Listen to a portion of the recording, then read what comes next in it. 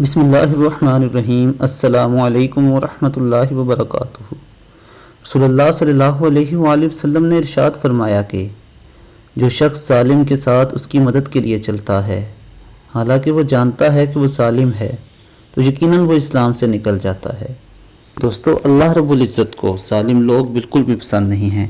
جو دوسروں پہ ظلم کرتے ہیں اللہ تعالی انہیں نہ صرف دنیا میں عبرت کا نشان بناتا ہے بلکہ آخرت میں بھی ان کے لیے دردناک عذاب کا وعدہ ہے۔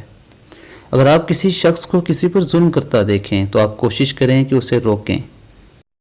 اگر آپ اسے ہاتھ سے نہیں روک سکتے تو اپنی زبان سے روکیں، اور اگر زبان سے نہیں روک سکتے تو کم از کم اسے دل میں ہی برا جانیے۔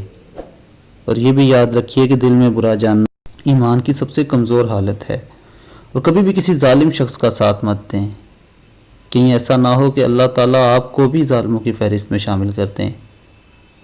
جو شخص ظالم ہو وہ اسلام سے نکل جاتا ہے۔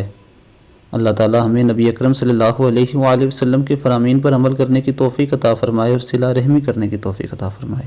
السلام علیکم ورحمۃ اللہ وبرکاتہ۔